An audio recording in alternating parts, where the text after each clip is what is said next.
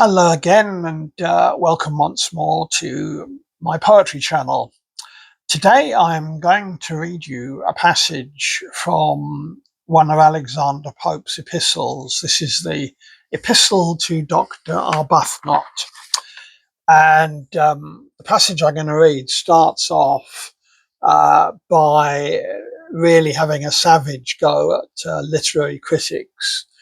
And then as it gets towards the end, there is a pen portrait of someone that Pope calls Atticus, but it's pretty generally understood that this was his contemporary Addison. And the whole thing is a wonderful illustration of why in those days it was very foolish to get on the wrong side of Pope, because he would make you suffer in verse. Did some more sober critic come abroad? If wrong, I smiled. If right, I kissed the rod. Pains, reading, study are their just pretence, and all they want is spirit, taste, and sense. Commas and points they set exactly right, and 'twere a sin to rob them of their might. Yet no one sprig of laurel graced these ribbalds, from slashing Bentley down to piddling Tybbalds. Each wight who reads not, and but scans and spells, each word catcher that lives on syllables. Even such small critics some regard may claim, preserved in Milton's or in Shakespeare's name. Pretty in amber to observe the forms of hairs or straws or dirt or grubs or worms. The things we know are neither rich nor rare, but wonder how the devil they got there. Were others angry? I excuse them too. Well might they rage, I gave them but their due. A man's true merit 'tis not hard to find, but each man's secret standard in his mind, that casting weight pride adds to emptiness. This who can gratify, for who can guess? The bard whom pilfered pastorals renown, who turns a Persian tale for half a crown, just writes to make his barrenness appear, and strains from hard-bound brains 8 lines a year. He who, still wanting though he lives on theft, steals much, spends little, yet has nothing left.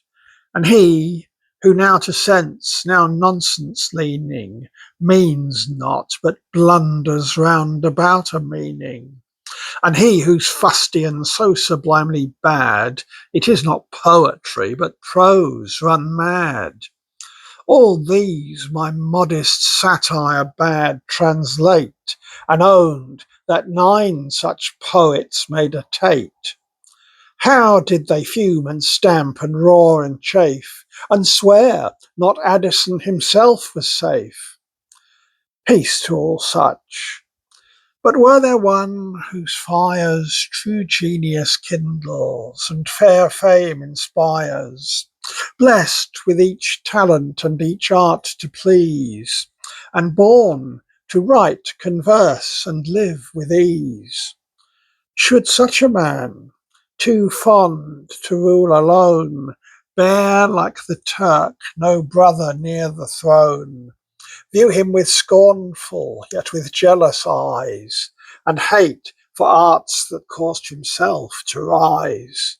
Damn with faint praise, assent with civil leer, and without sneering teach the rest to sneer. Willing to wound and yet afraid to strike, just hint a fault and hesitate dislike.